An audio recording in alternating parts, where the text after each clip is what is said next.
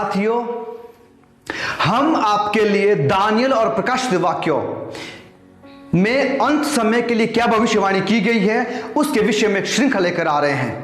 और आज का जो शीर्षक है बाइबल भविष्यवाणी में आधुनिक यूरोप। मैं नवीन कुमार चंद आपका स्वागत करता हूं बाइबल आस्क के इस YouTube चैनल में, और आपका धन्यवाद देना चाहता हूं कि आपने जो है हमारी पिछली वीडियो देखी और जहां से आपको इस वीडियो का लिंक मिला ताकि आप उस भविष्यवाणी को जिसमें आधुनिक यूरोप के बारे में बताया गया है उसको जान सके और उसकी और अधिक गहराई से उसका अध्ययन कर सके। तो मैं आपका स्वागत करना चाहता हूं कि आपने मेरे आमंत्रण को स्वीकार किया और आप मेरे साथ यहां पर बन सकते हैं कि हम आइए उस भविष्यवाणी के बारे में जो आधुनिक यूरोप के बारे में कही गई थी उसके विषय में और अधिकाई से जो है उसकी अध्ययन करें, उसको पढ़ें, उसको सीखें। क्योंकि परमेश्वर ने दानियल और प्रकाशित वाक्यों की पुस्तकों में अंत समय के लिए ऐसी भविष्यवाणी रखी गई है जिनका जानना आपके और मेरे लिए बहुत जरूरी है।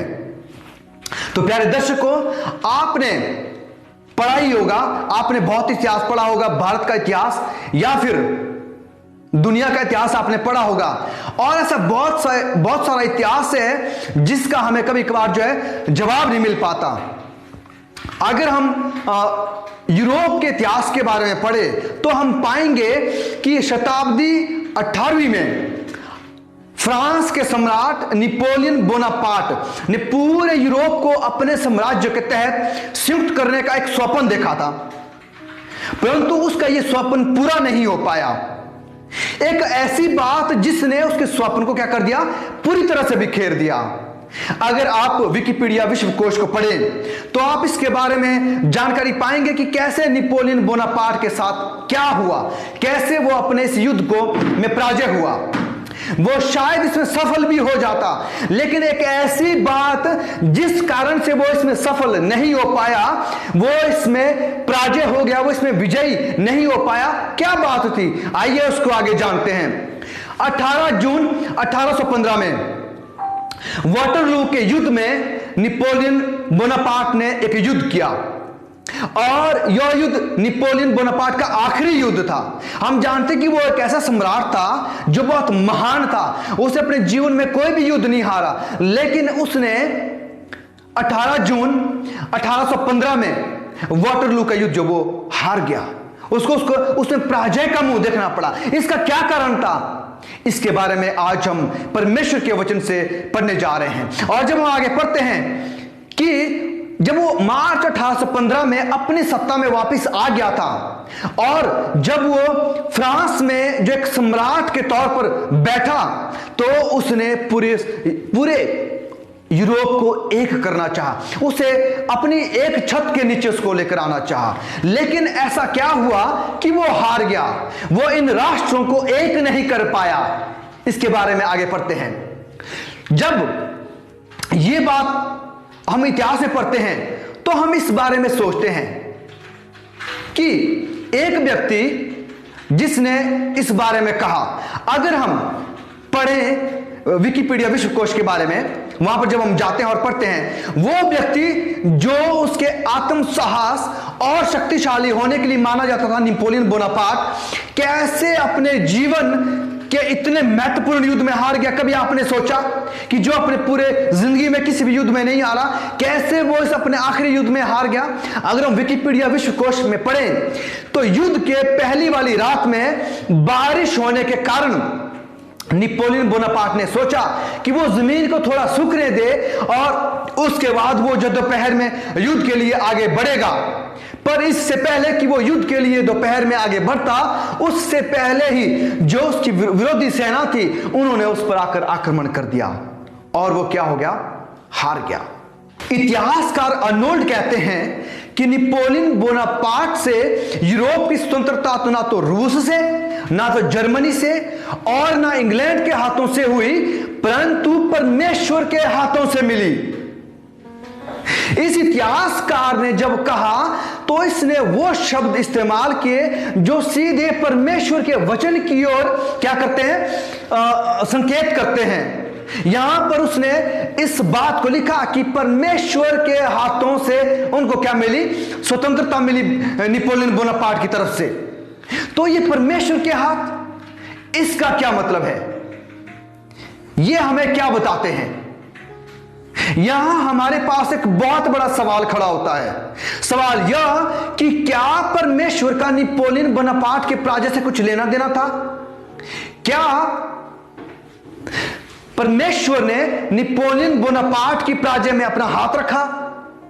अगर हां, तो कैसे हम इसके बारे में पता चलता है? कैसे हम इसके बारे में जान सकते हैं? कहां हम इसके बारे में जानकारी प्राप्त कर सकते हैं? हमारे जीवन में बहुत सारे सवाल होते हैं, उनका उत्तर खोजना हमारे लिए बहुत महत्वपूर्ण हो जाता है। अगर ऐसा ही सवाल हमारे सामने आए कि कैसे नेपोलियन बोनापार्ट की पराजय में परमेश्वर का हाथ था, इसको खोजना बहुत जरूरी हो जाएगा। आइए इस सवाल के बारे में आगे पढ़ते हैं और खोजते हैं। जी हां, बिल्कुल, परमेश्वर का नेपोलियन बोनापार्ट की पराजय से बहुत कुछ लेना देना था, क्योंकि परमेश्वर ने बहुत लंबे समय पहले इसके बारे में बात कह दी थी। आप सोच रहे होंगे कि यह कैसे संभव है, यह कैसे हो सकता है। हम इसके बारे में अध्ययन करने जा रहे हैं। बाइबल के परमेश्वर ने वर्षों पूर्व यूरोप या पूरी दुनिया की भविष्य को प्रकाशित कर दिया था। परमेश्वर जानते हैं कि आने वाले समय में क्या होने वाला था। परमेश्वर ने इसके नक्शे को बना दिया था। परमेश्वर ने पहले ही इसका नमूना दे दिया था। परमेश्वर ने जिन सीमाओं को बांध रखा था, परमेश्वर उन सीमाओं को लांघ नहीं सकता, यह हम अच्छी तरह से जानते हैं। नेपोलियन बोनापार्ट से लगभग 2500 वर्ष पूर्व परमेश्वर ने अपने दास दानियल के जरिए से इस बात को कह दिया था। अब आप सोच रहे होंगे कि यह कैसे संभव हो सकता है, लेकिन जब हम परमेश्वर के वचन में इसको पढ़ते हैं, जब हम इतिहास में भी पढ़ते हैं, तो हम बहुत सारी बातों को जानते हैं। सम्राट नेपोलियन बोनापार्ट से लगभग 2500 साल पहले इस दुनिया के महान इतिहास में एक ऐसा महान व्यक्ति हुआ जो बाबुल का राजा था। उसका नाम नबूकदनेस्सर था। अगर आप इतिहास में पढ़ेंगे तो आप बहुत अच्छी तरह से इसके बारे में पढ़ पाएंगे। हम दानियल 2 अध्याय के बारे में अध्ययन करने जा रहे हैं मेरे प्यारों। और दानियल 2 अध्याय हमें आने वाली दुनिया, जो उस समय में था, आने वाली दुनिया के बारे में जो वो क्या कर रहा था, बताने जा रहा था। तो कैसे परमेश्वर ने अपने दास को आने वाली दुनिया, आने वाले इतिहास के बारे में बता दिया था। क्या आप इसके बारे में पढ़ना चाहेंगे? क्या आप इसके बारे में अध्ययन करना चाहेंगे? तो मैं चाहता हूं कि आप मेरे साथ यहीं पर बने रहें, क्योंकि आने वाले 40 से 45 मिनट में हम आखिरी समय के विषय में पढ़ने जा रहे हैं कि कैसे उस समय से लेकर आज हमारे समय तक परमेश्वर ने सब कुछ बता दिया था। तो आइए आगे पढ़ते हैं। यहां पर हम क्या देखते हैं कि राजा नबूकदनेस्सर ने एक स्वप्न देखता है। वो व्याकुल हो जाता है और वो स्वप्न को जानने के लिए तरस जाता है, क्योंकि क्या होता है कि वो अपने स्वप्न को भूल जाता है। कभी एक बार आपके मेरे साथ भी ऐसा हुआ होगा, जब हम रात में सो जाते हैं और हम स्वप्न को देखते हैं तो हम क्या हो जाते हैं, स्वप्न को भूल जाते हैं। और हम बार बार कोशिश करते हैं कि हम उसको याद करें और हम अपना पूरा मन उस स्वप्न पर लगा देते हैं कि आखिरकार मैंने क्या देखा था, आखिरकार वो स्वप्न क्या था जो मैंने रात में देखा था। लेकिन कभी कभार हम क्या होता है, उसको याद करने में असंभव हो जाते हैं, हम उसको याद नहीं कर पाते हैं। ठीक वैसा ही इस राजा के साथ भी हुआ। दानियल उसका 2 अध्याय उसकी 1 आयत में जब हम पढ़ते हैं, अपने राज्य के दूसरे वर्ष में राजा नबूकदनेस्सर ने ऐसा स्वप्न देखा कि जिससे उसका मन बहुत ही व्याकुल हो गया और उसको नींद न आई। यहां पर राजा ने एक स्वप्न देखा और वो स्वप्न क्या था, आइए उसके बारे में आगे पढ़ते हैं और जानते हैं। दानियल उसका 2 अध्याय उसकी 2 आयत में इस प्रकार से कहा गया है, तब राजा ने आज्ञा दी कि ज्योतिषी, तंत्री, टोहने और कसदी बुलाए जाएं कि वे राजा को उसका स्वप्न बताएं। सो वे आए और राजा के सामने हाजिर हुए। जब राजा ने स्वप्न को देखा और वो व्याकुल हो गया, वो स्वप्न को याद नहीं रख पाया, जैसे आप और मैं कभी कभार याद नहीं रख पाते हैं, और वो तरस गया था उस स्वप्न को जानने के लिए। और वो अपने जितने भी मंत्री थे, टोने करने वाले थे, ज्योतिषी थे उसके राज्य के, उसने सबको बुलाया। और जब सबको बुलाया और उनको कहा, जब हम 2 की 4 में पढ़ते हैं, अपने दासों को कहा कि स्वप्न बता और हम उसका जो है हल बताएंगे। तो क्या कहा, जो उसके ज्योतिषी थे, तंत्री थे या टोने करने वाले थे, जो उसके कसदी थे, उन्होंने कहा कि हे राजा, क्या कर कि तू अपना स्वप्न हमें बता दे, तब हम क्या करेंगे, उसका फल तुझे बताएंगे। लेकिन राजा को तो वो स्वप्न याद नहीं था। राजा व्याकुल था क्योंकि वो स्वप्न को बार बार याद करने की कोशिश कर रहा था, पर वो याद नहीं कर पाया। इसीलिए उसने क्या कहा, अपने जो जितने भी तंत्री थे या टोने थे या कसदी थे या ज्योतिषी थे, उन सबको कहा कि तुम राजा का स्वप्न भी बताएं और उसका हल भी बताएं। जब हम पढ़ते हैं 2 अध्याय उसकी 5 आयत में, मैं यह आज्ञा दे चुका हूं कि यदि तुम फल समेत स्वप्न को ना बताओगे तो तुम टुकड़े टुकड़े कर दिए जाओगे और तुम्हारे घर फुकवा दिए जाएंगे। यह आज्ञा राजा ने पहले ही निकाल दी और उसने कहा कि अगर तुमने मेरे स्वप्न को और उसका फल दोनों को अगर नहीं बताया तो तुम मार दिए जाओगे। यह आज्ञा निकल गई। सारे परेशान हो गए कि हम कैसे राजा को जो उसका स्वप्न भी बताएंगे और उसका फल भी बताएंगे। और जब ये बात हो जाती है, जब आगे हम देखते हैं कि जब ये बातें सारी हो जाती है, तब जब हम दानियेल उसके पहले अध्याय में पढ़ते हैं तो वहां पर हम देखते हैं कि राजा नबूकदनेस्सर ने जो है यहूदा से दानियेल और उसके 3 दोस्तों को वो लेकर आया था, उनको जो वहां पर बंदी बनाया था। और दानियेल 1 अध्याय बताता है हमें कि राजा ने कहा था कि दानियेल और उसके दोस्तों को भी क्या दी जाए, बाबुल की शिक्षा दी जाए, ताकि वो भी जो उसके दरबार में जो है वो हाजिर किए जा सकें। और जब वो भी जो है उन ज्योतिषी, तंत्री, टोहने और कसदी वालों के साथ मिलाए गए, उनको भी मारने की आज्ञा दी गई थी। और जब अर्योक जो उस समय का खोजों का प्रधान था, उसको भेजा गया कि वो जाकर दानियेल और उसके 3 दोस्तों को भी लेकर आए। जब हम दानियेल उसका 2 अध्याय उसकी 9 आयत पढ़ते हैं, वहां पर लिखा गया है, क्योंकि तुमने गोष्ठी की होगी कि जब तक समय ना बदले, यानी कि जब तक समय ना बदले, क्योंकि राजा ने कहा जब तक समय ना बदले तब तक हम राजा के सामने झूठी और गपशप की बातें कहा करेंगे। इसीलिए तुम मुझे स्वप्न को भी बताओ, तब मैं जानूंगा कि तुम उसका फल भी मुझे समझा सकते हो। क्योंकि उन्होंने कहा कि राजा तू क्या कर, तू अपना स्वप्न हमें बता दे, तब हम उसका फल बताएंगे। क्योंकि यह किसी के लिए भी संभव नहीं होगा कि क्या किया जा सके, उसके स्वप्न को जो है बताया जा सके, क्योंकि यह उनके लिए एक नामुमकिन या बहुत ही परेशानी वाली बात हो सकती थी कि वो कैसे, वो तो राजा का स्वप्न था, तो उनके मन में वो कैसे आएगा, और वो उसको नहीं बता पा रहे थे। तब क्या होता है, दानियेल उसका 2 अध्याय 11 आयत में, तब वो अनोखी है और देवताओं को छोड़कर जिनका निवास मनुष्य के संग नहीं है, यानी कि जो मनुष्य के साथ नहीं रहते हैं, और कोई दूसरा नहीं जो राजा को यह बता सके। ये उसके जो कसदी लोग थे, ज्योतिषी लोग थे, जो उसके तंत्री लोग थे, उन्होंने ये बात कह दी थी कि देवताओं को छोड़कर, उन ईश्वरों को छोड़कर राजा का स्वप्न कोई भी नहीं बता सकता है। और ये बात उनके लिए बहुत ही समस्या खड़ी करने वाली हो गई थी।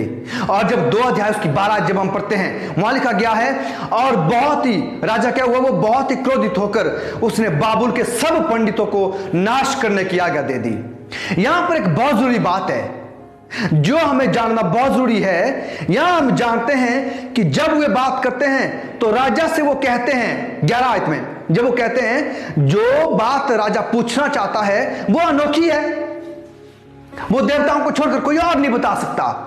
तो उनका विश्वास किस पर था, उस ईश्वर पर था कि भाई राजा का स्वप्न जो वो कोई नहीं बता सकता है। और जब ये बात उसके साथ हो गई, इस पर राजा झुंझलाकर बहुत क्रोधित हुआ और उसने उन सबको क्या कर दी, नाश करने की आज्ञा दी।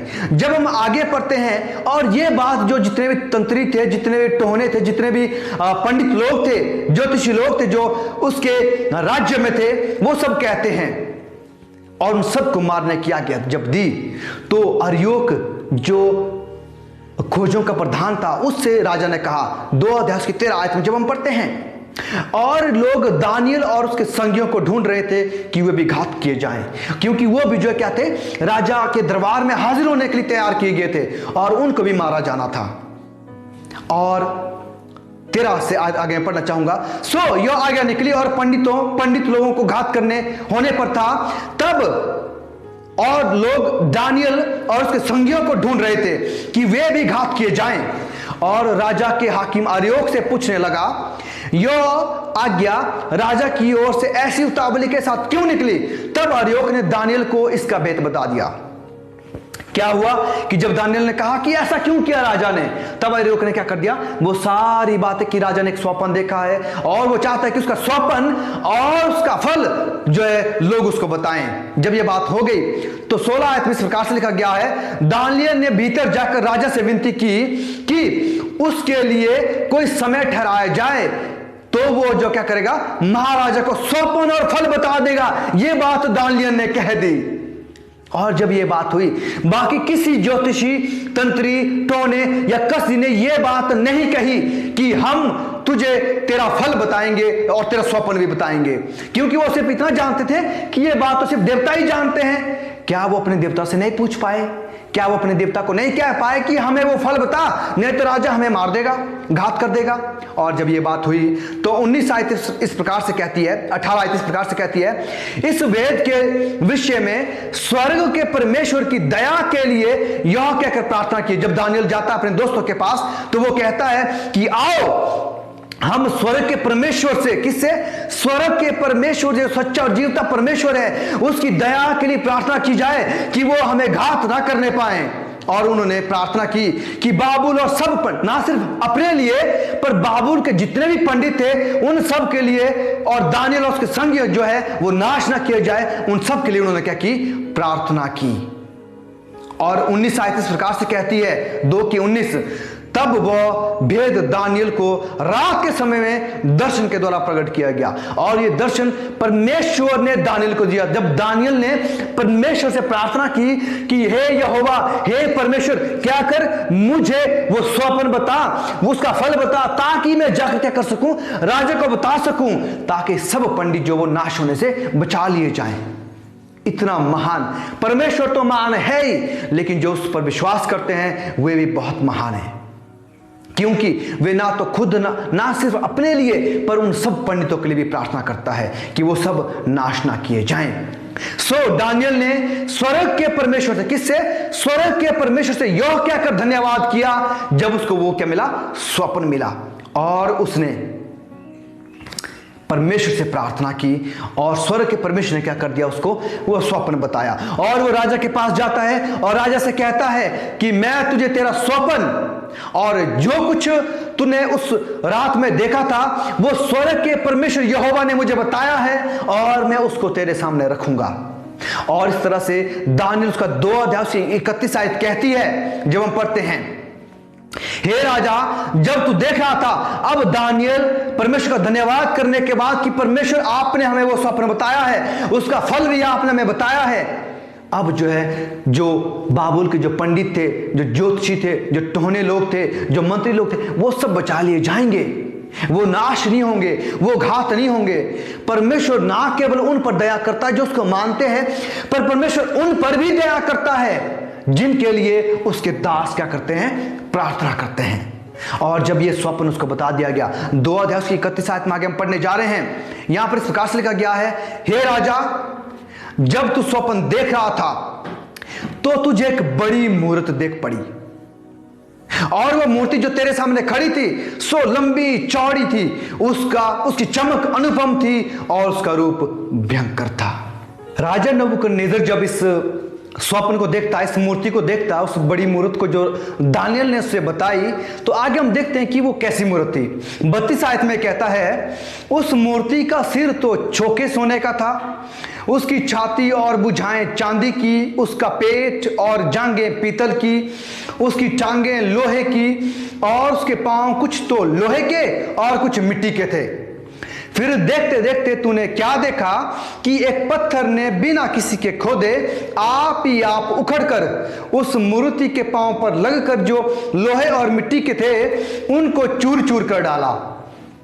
तब लोहा, मिट्टी, पीतल, चांदी और सोना भी सब चूर चूर हो गए, और धूप काल में खलियानों के के भूसे किनाई हवा में ऐसे उड़ गए कि उनका कहीं पता ना रहा। और वह पत्थर जो मूर्ति पर लगा था वो बड़ा पहाड़ बनकर सारी पृथ्वी में फैल गया। यह स्वप्न जो है राजा ने उस रात में देखा, जिसको देखकर वो व्याकुल हो गया था। और कोई भी स्वप्न को नहीं बता पाया, कोई भी अपने देवता या ईश्वर को नहीं पूछ पाया कि वो उन्हें वो स्वप्न बताएं ताकि वो राजा को फल बता सके।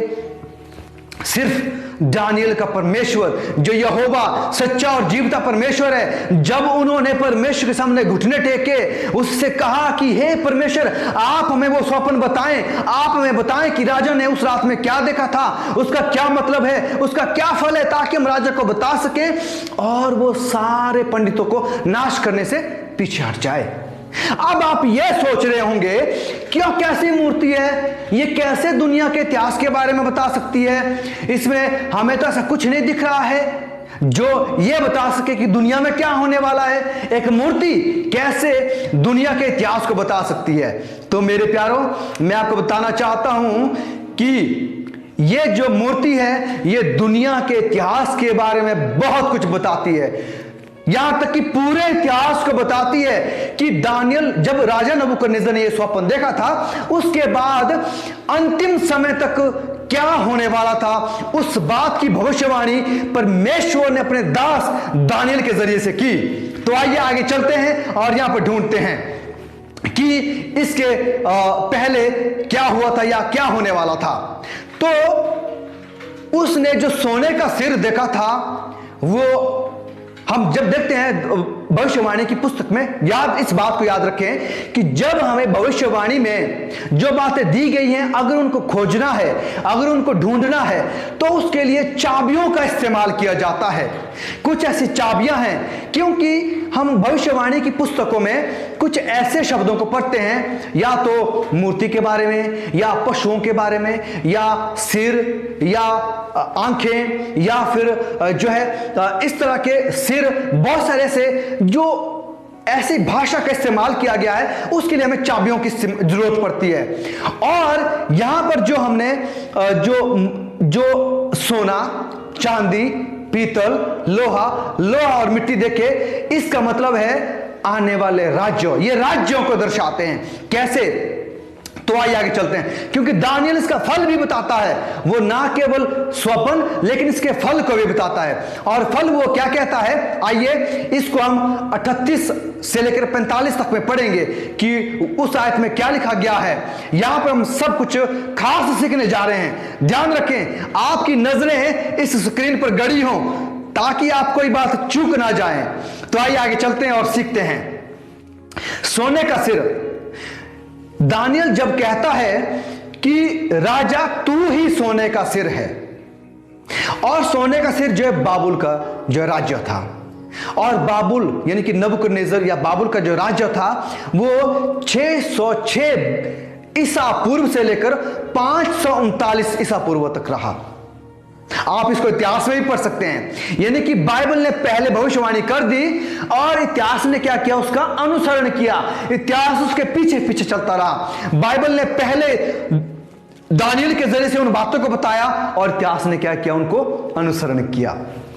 आप इतिहास में इसके बारे में पढ़ सकते हैं। तो यहां जो अगला राज्य था, आगे सोने का सिर, अगर आप यिर्मयाह उसका 51 उसकी 7 आयत पढ़ें तो वहां पर यिर्मयाह भी बाबुल को सोने के बारे में कहता है। बाबुल यहोवा के हाथ में सोने का कटोरा था। तो बाबुल का जो राज्य था उसको सोने से जो क्या किया गया था, उसकी तुलना की गई थी। अगला जब हम पढ़ते हैं, अगला जो राज्य था, दानियल कहता है कि हे राजा, तेरे बाद एक और राज्य आएगा जो चांदी के समान होगा। यानी कि मादा फारस का जो राज्य था वो चांदी के समान था। क्यों जो है सोना, चांदी, पीतल, लोहा और लोहे की मिट्टी की तरह दर्शाया गया, वो इसीलिए क्योंकि सोना जो वो क्या करता है, सोना जो वो इन जितने भी तत्व थे, जितने पदार्थ थे, इनमें सबसे जो है वो बहुमूल्य है। और वैसा ही बाबुल का राज्य भी था, वो सबसे महान, सबसे बहुमूल्य, उसके पास सब कुछ था, किसी चीज की घटी कमी नहीं थी, इसीलिए उसे सोने के साथ उसकी तुलना की गई। और चांदी। मादा फारस का राज्य बाबुल से थोड़ा कम जो है वो बहुमूल्य के तुलना में था, इसलिए उसकी तुलना चांदी से की गई थी। और मादा फारस का जो शासन था वो 539 ईसा पूर्व से लेकर 331 ईसा पूर्व तक रहा। और ये बात एस्तेर उसका 1 अध्याय 1 आयत में ही पाते हैं। क्षैरश नाम राजा के दिनों में यह बातें पूरी हुई। यह वही क्षैरश है जो 127 प्रांतों पर अर्थात हिंदुस्तान से लेकर कुश देश तक राज्य करता था। यह बात आप इतिहास में भी पाएंगे, जो बात बाइबल में कही गई है। तो इस तरह से बाइबल की भविष्यवाणी इतिहास जो क्या करता है, पाता है। इतिहास में भी हम पाते हैं। आगे जो तीसरा जो तत्व था वो जब पीतल था, और पीतल जो यूनान के राज्य को दिखाता है। और आप जानते हैं कि यूनान का राज्य किस चीज के लिए जाना जाता है? अलेक्जेंडर द ग्रेट, यानी कि सिकंदर महान के लिए, जो इस दुनिया का महान राजा हुआ, जिसने जो है क्या किया, इस पूरी दुनिया में उसने क्या कर दिया था? राज्य कर दिया था। और वो जो है यूनान का राजा था। और यूनान का जो राज्य था वो 331 पूर्व से लेकर 168 पूर्व तक, ईस्वी पूर्व तक रहा। और यूनान ने जो क्या किया, मादा फारस को जो है उस पर विजयी हुआ और उसने अपना राज्य किया। और जब ये तीनों राज्य हो गए, इसके बाद दानियल 8:21 में जो कहता है, और वो रोआर बकरा यूनान का राज्य था, और उसकी आंखों के बीच में एक जो बड़ा सिंह निकला, वो पहला राजा बन ठहरा, और वो जो है सिकंदर महान राजा था। और आगे जब हम पढ़ते हैं, लोहे जो चौथा तत्व था, लोहे का, लोहा जो वो रोम को दर्शाता है। जिस तरह से लोहा जो बहुत जो वो ठोस होता है, बहुत कठोर होता है, उसी तरह से रोम का राज्य भी बहुत कठोर था। अगर आप इतिहास में पढ़ें, उसको लोह राज्य कहा जाता है, क्योंकि वो बहुत ही कठोर, बहुत ही ठोस राज्य था। आप इतिहास में उसके बारे में पढ़ सकते हैं। बाइबल ने पहले ही इसके बारे में भविष्यवाणी कर दी थी। और यह राज्य, रोम का राज्य जो था वो 168 ईस्वी पूर्व से 476 ईस्वी तक रहा।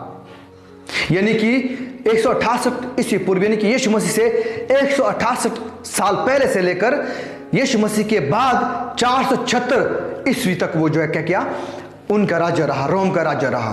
और एडवर्ड गिबन जो एक महान अंग्रेजी इतिहासकार है, वो कहते हैं, वो लेखक हैं, वो संसद के सदस्य है, एडवर्ड गिबन, वो कहते हैं उनका सबसे महत्वपूर्ण काम the history of the decline and fall of the Roman Empire 1776 और 1788 के बीच उन्होंने 6 संस्करणों में इस किताब को प्रकाशित किया। और यह जो है बताती है रोम को एक लौह युग के बारे में, लौह राज्य के बारे में यह बताती है।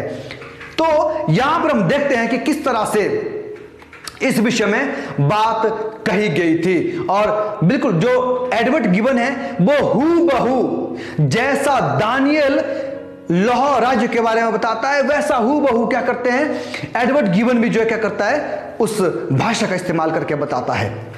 तो अगला जो आखिरी जो राज्य था, यहां पर ध्यान दे, दानियल ने केवल 4 राज्य के बारे में बात की थी। कितने? सिर्फ 4 राज्य के बारे में बात की थी कि सिर्फ 4 राज्य होंगे। अगला जो लौह और मिट्टी के जो पांव थे, वो जो विभाजित राज्य हैं, जिनका विभाजन हो चुका था, जो 476 ईस्वी से जो वर्तमान तक चलते आ रहे हैं। ये कैसे हुआ हम पढ़ते हैं। लौह और मिट्टी का जो राज्य था, जो 476 ईस्वी से वर्तमान तक रहा है, जो आज भी चलता जा रहा है, दानियल के बताए जाने के अनुसार कोई 5वां राजा नहीं होगा। जैसे पांव की 10 उंगलियां हैं, वैसे ही यूरोप भी 10 भाग्यों में क्या हो गया, विभाजित हो गया। जैसे पांव में 10 उंगलियां होती है, वैसे यूरोप भी 10 भागों में विभाजित हो गया। पर सवाल अब ये आता है कि जो ये बात कही गई थी, ये कैसे आधुनिक यूरोप के बारे में बताता है। तो यूरोप जो 10 राज्यों में विभाजित हो गया, वो उन्हें आज अलग अलग नामों से जाना जाता है। मेरे प्यारो, जो उस समय में दानियल ने जो राजा के स्वप्न का फल बताया, वो आज भी हमें इसके विषय में बताता है। क्या? आइए पढ़ते हैं। क्योंकि दानियल 7 अध्याय बताता है कि क्योंकि वो भी जो है क्या करता है, इस विषय में बताता है। आइए आगे पढ़ते हैं कि वो जो 10 राज्य जो अलग अलग विभाजित, जिसके बारे में दानियल ने कहा था, वो क्या थे, उनके विषय में आइए हम पढ़ते हैं। पहला जो राज्य था वो एंग्लो सैक्सन, और आज जो हम उसको संयुक्त राष्ट्र इंग्लैंड के नाम से जानते हैं। अगला जो राज्य था वो फ्रैंक्स, यानी कि आज हम उसको फ्रांस के नाम से जानते हैं। अगला जो वो था लोम्बार्ड्स, आज हम इसको इटली के नाम से जानते हैं। और अगला जो वो विजिगोथ, आज जो हम इसको स्पेन के नाम से जानते हैं। अगला जो वो सुवेवी, आज हम उसे पुर्तगाल के नाम से जानते हैं। और अगला जो है अलेमानी और बुर्गुंडी था। और इसके साथ 3 और ऐसे जो राज्य जो विभाजित हुए थे उस समय में, वो जो है ऑस्ट्रोगॉथ, वेंडाल्स और हरूली थे, लेकिन वो आज अस्तित्व में नहीं है। क्यों? क्योंकि जब हम दानिएल उसका 7 अध्याय पढ़ते हैं तो वहां पर हम पाते हैं कि 3 राज्य को उखाड़ दिया गया था, उनको नाश कर दिया गया था, तो इसलिए ये 3 राज्य अस्तित्व में नहीं है। जब हम दानिएल उसका 2 अध्याय की 44 आयत पढ़ते हैं, लगभग 2600 वर्ष बीत चुके हैं, और दानिएल की इस भविष्यवाणी का महत्व जो वो आज भी है, आज भी इसका वही महत्व है जो उस समय में दानिएल ने फल बताते समय जो इसका महत्व था, वो भी आज भी है। कैसे? आइए पढ़ते हैं आगे। देखिए कुछ राज्य जो वो, अगर हम आगे पढ़ें दानिएल की किताब में 2 की 44 में अगर हम पढ़े तो वो साफ तरीके से बताता है कि कुछ राज्य जो क्या होंगे, वो शक्तिशाली होंगे, कुछ शक्तिशाली नहीं होंगे। क्यों? दानिएल 2 अध्याय की 44 आयत कहती है कि जिस तरह से मिट्टी लोहे के साथ मिश्रण नहीं कर सकती है, मेल नहीं कर, वो एक साथ तो होंगे लेकिन उनका मेल नहीं हो सकता है, वैसे ही राज्य तो एक साथ होंगे लेकिन उनका आपस में मेल नहीं होगा। और हम देखते हैं कि जो यूरोप के जितने भी आज राज्य हैं उनका आपस में कोई मेल नहीं है। उनको बार बार एक करने की कोशिश की गई लेकिन सब लोग उसमें क्या हो गए? असफल हो गए, उनको पराजय का सामना करना पड़ा। इंग्लैंड, जर्मनी, फ्रांस, इटली, ये तो बहुत शक्तिशाली है, लेकिन जो बाकी राज्य हैं वो उतने शक्तिशाली नहीं हैं। इन्होंने कुछ करने की ठाना। जब हम आगे पढ़ते हैं, परमेश्वर का वचन बहुत साफ कहता है, परमेश्वर का वचन बहुत साफ तरीके से इस भविष्यवाणी के जरिए से अंत समय की बातों को कहता है। अगर आप यूरोप के इतिहास को पढ़ें तो आप पाएंगे कि कैसे इन राष्ट्रों को एक दूसरे के साथ एक बनाने के लिए काम किया गया। अंतर्विवाह के जरिए से लोगों ने, जो राजा थे, उन्होंने, जो सम्राट थे उस समय के, उन्होंने एक दूसरे से विवाह किया ताकि वो जो उस यूरोप के अलग अलग राज्यों को जो विभाजित हो चुके थे उनको एक कर सके।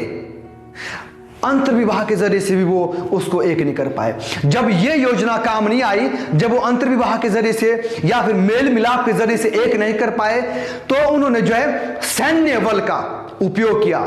सैनिकों के जरिए से, युद्ध के जरिए से उन्होंने पूरी कोशिश की कि यूरोप के अलग अलग राज्य को उनको संयुक्त किया जाए, उनको एक किया जाए, जैसे हम पहले से शुरू से पढ़ते आ रहे हैं। आगे पढ़ते हैं कि पहला, अगर हम 16वीं शताब्दी में देखें तो स्पेन का जो सम्राट चार्ल्स फिफ्थ था, जो चार्ल्स 5वां था, उसने ऐसा करने की कोशिश की युद्ध के जरिए से, लेकिन वो ऐसा नहीं कर पाया। दूसरा, जो अगर हम 17वीं शताब्दी में पढ़ें, फ्रांस के जो लुइस 14वें थे, उन्होंने कई युद्ध किए ताकि उसको एकत्रित कर सके, लेकिन वो सफल नहीं हो पाए। और जो है तीसरा, 18वीं शताब्दी में नेपोलियन बोनापार्ट ने स्वप्न देखा कि वो सबको एक छत के नीचे लेकर आए, लेकिन वाटरलू के युद्ध में वो क्या हो गया? हार गया। आखिरी तानाशाह जर्मनी का जो एडोल्फ हिटलर है, जिसने पिछली शताब्दी में यूरोप को एक करने का स्वप्न देखा, वो लगभग विजयी होने वाला था कि परमेश्वर ने उसे स्टालिनग्राड में क्या कर दिया? रोक दिया। अगर हम इन बारे में पढ़े, आपने नेपोलियन बोनापार्ट के बारे में पढ़ा, जैसे हमने शुरू में कहा कि कैसे नेपोलियन बोनापार्ट को हार का सामना करना पड़ा। उस रात में बहुत बारिश हुई और वो क्या हो गया? हार गया। उसमें किसी जर्मनी या किसी दूसरे विरोधी सेना का हाथ नहीं, केवल परमेश्वर का हाथ था। क्यों? क्योंकि हम देखते हैं कि पहले ही भविष्यवाणी की गई थी कि इनको कोई भी, जब वो विभाजित हो जाएंगे उसके बाद कोई राज्य नहीं आएगा। सिर्फ 4 ही राज्य थे जो दानिएल ने बताए, 5वें के बाद कोई राज्य नहीं आया। क्यों? क्योंकि वो विभाजित हो गए थे 10 अलग अलग राज्यों में, और वो अंत तक क्या रहेंगे? विभाजित ही रहेंगे, उनको कोई भी एक नहीं कर पाएगा। ये बात परमेश्वर ने दानियल नबी के जरिए से आज तक मुझ तक बताई। ऐसे बहुत सारे तानाशाह थे जिन्होंने ऐसा करने की कोशिश की। एडोल्फ हिटलर के बारे में जब हम पढ़ते हैं, यह इतिहास का बहुत ही सुंदर हिस्सा है जिसमें कहा जाता है कि किसी व्यक्ति ने एडोल्फ हिटलर को दानियल 2 अध्याय की भविष्यवाणी के बारे में बताया कि कैसे उसने उसे एक नहीं किया जा सकता। जो उसने स्वप्न देखा था कि वो जो है पूरे यूरोप को क्या कर देगा, एक कर देगा। लेकिन किसी व्यक्ति ने उसको बताया कि आप उसको एक नहीं कर सकते। क्योंकि बाइबल का अध्ययन जब करेंगे तो बाइबल बताती है कि उसमें भविष्यवाणी है कि वो संयुक्त नहीं होंगे। क्यों संयुक्त नहीं होंगे, इसके बारे में आगे हम पढ़ते हैं। आइए आगे चलते हैं। और उन्होंने बाइबल का अध्ययन किया। जब बाइबल का अध्ययन उन्होंने किया तो उसने कहा कि जिस तरह से मैं जैसे मैं आपको प्रदर्शित कर रहा हूं इस वक्त, वैसे ठीक उस व्यक्ति ने भी एडोल्फ हिटलर को प्रदर्शित किया उस भविष्यवाणी के बारे में, उस मूर्ति के बारे में। सोना, चांदी, पीतल, लोहे और मिट्टी, उन सब के बारे में उसने एडोल्फ हिटलर को बताया। लेकिन जब उसने बताया कि यूरोप को एक नहीं किया जा सकता क्योंकि इसमें क्या है, परमेश्वर का हाथ है और इसको एक नहीं किया जा सकता, तो एडोल्फ हिटलर ने कहा मैं ऐसा करूंगा, मेरे लिए यह संभव है, मैं ऐसा कर सकता हूं। कम से कम एक बात में मैं दानियल और बाइबल की जो भविष्यवाणी है उनको साबित कर दूंगा। बेशक सारी बातें सच हुई कि सोने का सिर भी, सोने का राज्य भी आया, चांदी का राज्य भी आया, पीतल का राज्य भी आया, लोहे का राज्य भी आया। लोहे और जो मिट्टी का जो राज्य चल रहा था अलग अलग विभाजित राज्य होकर, कहते उस बात को मैं झूठा साबित करूंगा। यह बात एडोल्फ हिटलर ने उस व्यक्ति को कही। और हम जानते हैं कि दानियल ने तो एडोल्फ हिटलर को नहीं देखा था। क्या देखा था? दानियल कहां लगभग 2500 साल पहले इस बात को कह रहा था, लेकिन दानियल ने एडोल्फ हिटलर को नहीं देखा था कि एक दिन ऐसा व्यक्ति आएगा जो ऐसा करने की कोशिश करेगा। और क्या होता है जब यह बात होती है, तो एडोल्फ हिटलर जब युद्ध करने के लिए तैयार था, वो जो है इस पूरे यूरोप को एक करने के लिए तैयार था, तो सबसे पहले वो जो है ईश निंदा की बात करता है, यानी कि ईश्वर के प्रति जो वो बड़ा मुंह खोलता है। आइए जानते हैं क्या उसने कहा। एडोल्फ हिटलर सभी चीजों में तैयार था इससे पहले कि वो अपने जीवन के आखिरी युद्ध में आगे बढ़ता। वो एक ईश निंदा की बात करता है, अर्थात परमेश्वर के खिलाफ ऐलान करता है। क्या ऐलान करता है? अगर आप एडोल्फ हिटलर मार्च 1941 में पढ़ें तो वहां पर आप पाएंगे उसने कहा मेरे लोगों को परमेश्वर से कुछ भी लेने की जरूरत नहीं है। वो परमेश्वर के साथ की जरूरत नहीं चाहता था। वो चाहता था कि परमेश्वर हमें कोई मदद ना करे, क्योंकि वो चाहता था कि परमेश्वर को मैं झूठा साबित करना चाहता हूं, बाइबल की भविष्यवाणी को मैं झूठा साबित करना चाहता हूं, दानियल को मैं झूठा साबित करना चाहता हूं। और इसके अलावा वो कहता है कि इसके अलावा कि वो हमें अकेला छोड़ दे, हमें अकेला रहने दे और हम अकेले ही इस युद्ध को जीतना चाहेंगे। हमारी बंदूकों से परमेश्वर के साथ के बिना ही हम इस युद्ध को जीतना चाहेंगे। एडोल्फ हिटलर ने नेपोलियन की पराजय के बारे में अच्छी तरह से पढ़ा। उसने देखा कि कैसे नेपोलियन बोनापार्ट अपनी पराजय में हार गया था। उसने बार बार उसका अध्ययन किया, इसलिए उसने क्या किया, बहुत ही समझपूर्वक योजना बनाई।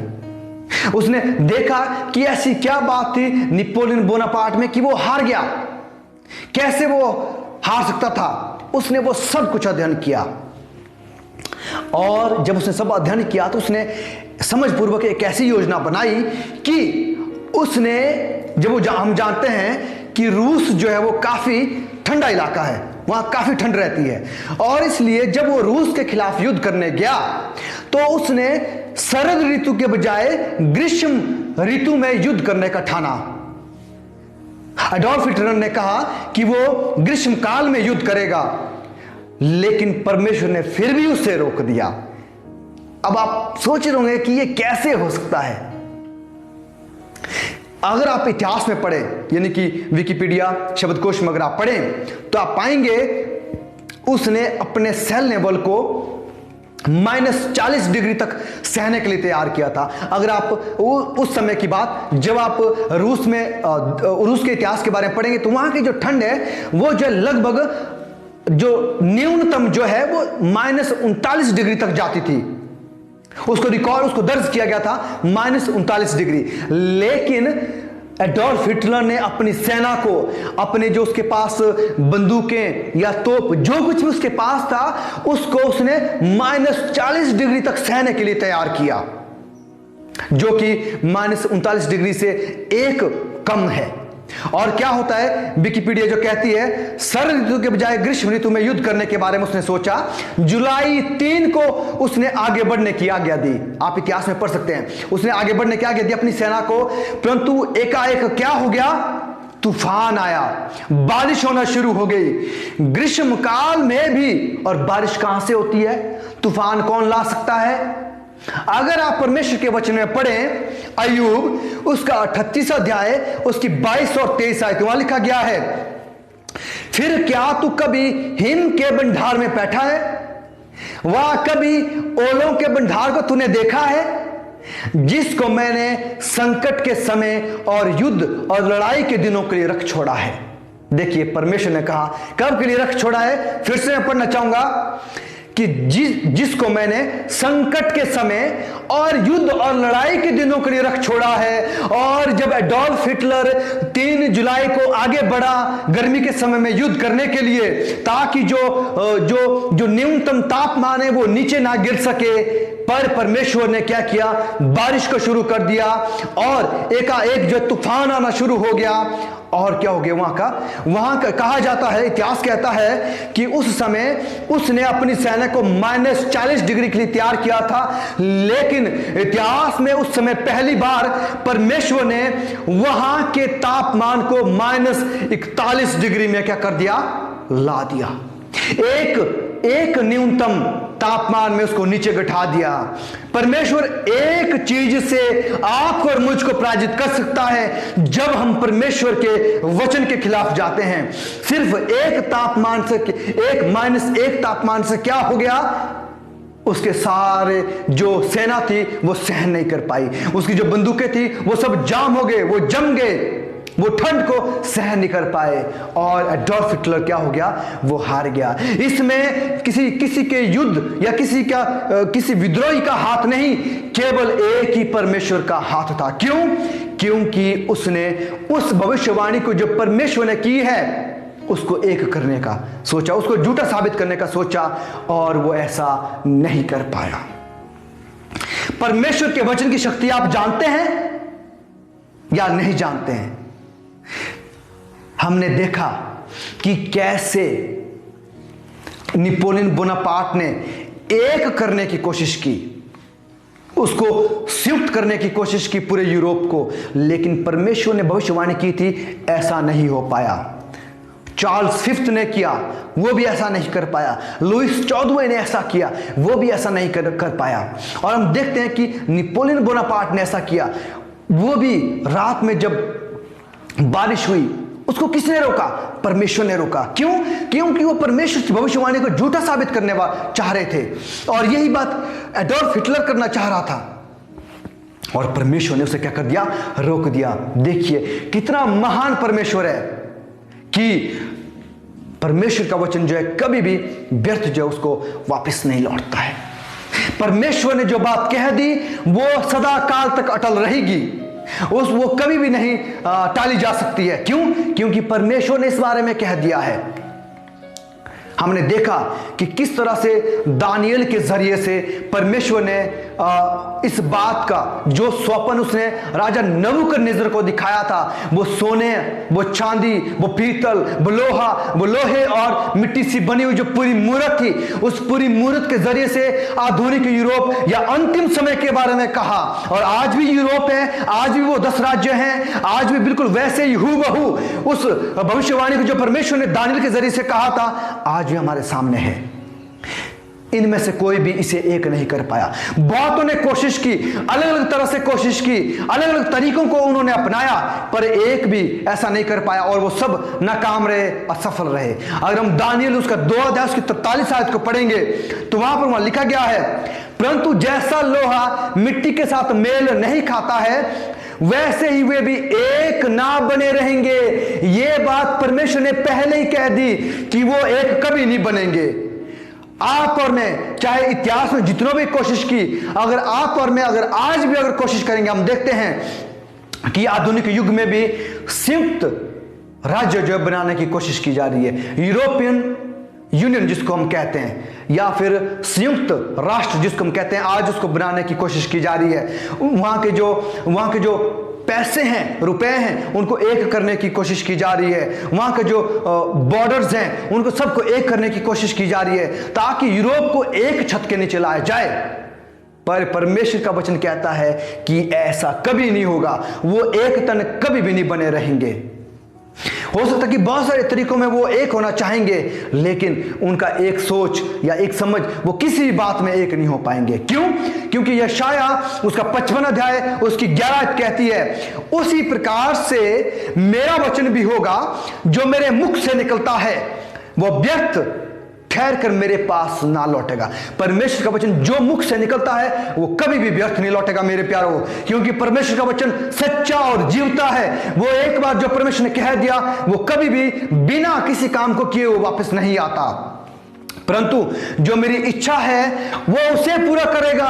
परमेश्वर की इच्छा थी कि कोई भी राज्य इसके बाद नहीं होगा। सिर्फ 4 राज्यों के बारे में दानियेल ने बताया, अगला 5 राज्य नहीं था जो दानियेल ने उस समय बताया। और क्योंकि उसके बाद विभाजित राज्य होने थे, जिस तरह से पांव की उंगलियां 10 थी अलग अलग राज्यों को जो दर्शाती है, वैसे ही राज्य क्या करेंगे, अलग अलग होंगे। क्यों? आगे हम इसके बारे में पढ़ेंगे क्यों वो एक नहीं हो पाएंगे। पहली बात है कि परमेश्वर ने कहा कि वो एक नहीं बन पाएंगे, लेकिन आगे भी हम इसके बारे में पढ़ेंगे। और जिस काम के लिए मैंने उसको भेजा है उसे वो सफल करेगा, ये परमेश्वर का वचन है। परमेश्वर ने अपने वचन को भेजा था कि जो राज्य जो एक नहीं होने पाएंगे, और वो परमेश्वर ने उसको सफल करने के लिए बहुत कुछ किया। अब सवाल ये आता है, पहली बात हमने ये सीखी कि क्यों वो एक नहीं हो पाएंगे, क्योंकि परमेश्वर का वचन कहता है, लेकिन और क्या कारण था कि वो एक नहीं हो पाएंगे।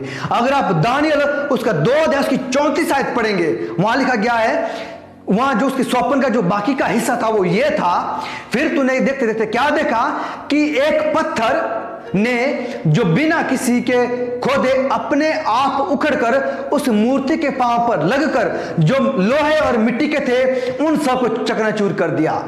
वो जो पत्थर अपने आप से उखड़ कर आया था, उसने क्या कर दिया, उस मूर्ति के पैर पर वो लगा और उस मूर्ति के पैर को क्या कर दिया, चकनाचूर कर दिया।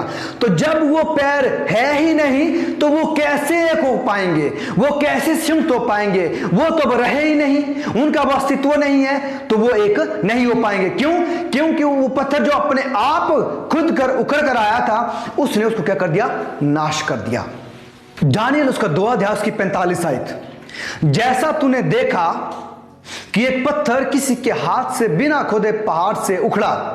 तो अब ये सवाल आता है, और आगे कहती आयत, और उसने लोहे, पीतल, मिट्टी, चांदी और सोने को चूर चूर किया।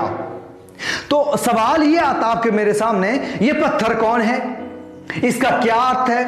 उन 4 राज्यों के सिर्फ एक ही राज्य आएगा जो परमेश्वर का राज्य, जो युगानुयुग का होगा। अर्थात दानियेल ने जो पहले 4 राज्य बताए थे, उसके बाद कोई राज्य नहीं था, उसके बाद एक विभाजित राज्य थे, लेकिन उसके बाद जो पत्थर उखड़कर जो उसके पैर पर लगा और उसको चकनाचूर कर दिया, वो परमेश्वर का राज्य था। यानी कि उन 4 राज्यों के समाप्त होने के बाद सिर्फ और सिर्फ परमेश्वर का राज्य जो हमेशा और हमेशा के लिए होगा, आएगा। 45 आयत में इस रीति महान राज्य, महान परमेश्वर के राज्य को जताया है कि इसके बाद क्या क्या होने वाला है। देखिए साफ लिखा गया कि इसके बाद, यानी कि उस समय जब ये दिखाया गया था कि उसके बाद क्या क्या होने वाला है, ना स्वप्न में और ना उसके फल में कुछ संदेह है। ये बात परमेश्वर के दास दानियेल नबी ने आप तक और मुझ तक पहुंचाई। कैसे हम इस बात को पता कर सकते हैं कि यीशु मसीह वो बहुत जल्द आने वाले हैं। उनका जो राज्य है वो युगान युगान का राज्य है। पिलातुस ने यीशु से कहा कि तू इस दुनिया का राजा है? यीशु ने कहा कि इस दुनिया का नहीं, पर जो राज्य युगान युग का है उसका आने वाला राज्य का मैं राजा हूं। और यही बात जब हम आगे पढ़ते हैं कि वो पत्थर कौन है, अगर आप इफिसियों उसका 2 अध्याय उसकी 20 आयत पढ़ेंगे, और प्रेरितों और भविष्यद्वक्ताओं की नींव पर जिसके कोने का पत्थर यीशु मसीह आप ही है बनाए गए हो। तो कोने का पत्थर कौन है, सिरे का पत्थर कौन है? वो यीशु मसीह है। तो इसलिए वो जो पत्थर जो बिना खोदे हुए उखड़कर उस मूर्ति पर लगा था, वो यीशु मसीह का राज्य है। तो आखिर में क्या होगा कि उन राज्यों, 4 राज्यों यानी कि बाबुल, मादा फारस, यूनान और रोम के राज्य के बाद कोई और राज्य नहीं होगा। सब बिखरे हुए राज्य होंगे, एक राज्य कोई नहीं होगा। उसके बाद एक राज्य जो संयुक्त राज्य होगा वो सिर्फ और सिर्फ परमेश्वर का होगा। मेरे प्यारो, यीशु मसीह आने वाले हैं, उनका आगमन बहुत ही जल्द है, ताकि वो एक संयुक्त राज्य को जो स्थापित कर सके, वो राज्य जो हमेशा हमेशा का होगा, जिसमें आप और मैं रहेंगे, जिसको यीशु मसीह ने आपको मेरे लिए तैयार किया हुआ है। क्योंकि यूहन्ना उसका 14 अध्याय उसके 1 और 3 कहती है कि मैं जाता हूं और तुम्हारे लिए जगह तैयार करता हूं, ताकि जब मैं वापस आऊं तो तुमको अपने साथ लेकर जाऊं और तुम भी मेरे साथ रह सको, और जहां पर मैं हमेशा हमेशा के लिए रहता हूं। यीशु मसीह बहुत जल्द आने वाले मेरे प्यारों। यीशु मसीह ने वैसे ही जिस तरह से उस मूर्ति के स्वप्न का पूरा हिस्सा जो है वो क्या हो गया है, पूर्ण हो चुका है, वो पूरा जो है पूरित हो चुका है, लेकिन सिर्फ उसका एक हिस्सा, और वो उस पत्थर का आना यानी कि यीशु मसीह का आगमन बाकी है मेरे प्यारो, और वो आगमन बहुत जल्द है। क्या आप और मैं तैयार हैं? क्योंकि ये आखिरी समय है, हम अंत समय में रह रहे हैं। बहुत सारे लोग यूरोप को एक करने की कोशिश कर रहे हैं, वो कभी नहीं होगा। आने वाले राज्यों में भी, आने वाले समय में भी एक करने की कोशिश करेंगे, लेकिन वो एक नहीं हो पाएगा। क्यों? क्योंकि परमेश्वर ने इस बात को पहले कह दिया था कि उसको कोई भी एक नहीं कर पाएगा, उसको कोई भी संयुक्त नहीं कर पाएगा। इसके बाद जो संयुक्त होने वाला राज्य होगा वो सिर्फ और सिर्फ और सिर्फ परमेश्वर का राज्य होगा, और वो अनंत काल का राज्य होगा। कितनी ही खुशी की बात होगी जब हम उस परमेश्वर के साथ, जो सच्चा और जीवता परमेश्वर है, जो आने वाली बातों को बताने वाला परमेश्वर है, उसके साथ हम एक साथ रह पाएंगे, और वो भी हमेशा और हमेशा के लिए। मेरे प्यारों, हमने देखा कि किस तरह से एडोल्फ हिटलर, नेपोलियन बोनापार्ट, ये सब पराजय हो गए अपने युद्ध में और संयुक्त नहीं कर पाए, क्योंकि इन्होंने परमेश्वर के वचन के खिलाफ जाना चाहा। हमारे लिए एक सबक कि हम परमेश्वर के वचन के खिलाफ ना जाएं। जैसा परमेश्वर का वचन कहता है उसी के अनुसार हम अपने जीवन को व्यतीत करें, ताकि उसके आगमन के दिन हम भी उसके साथ स्वर्गीय राज्य के लिए जा सकेंगे और उसके वारिस बन सकेंगे।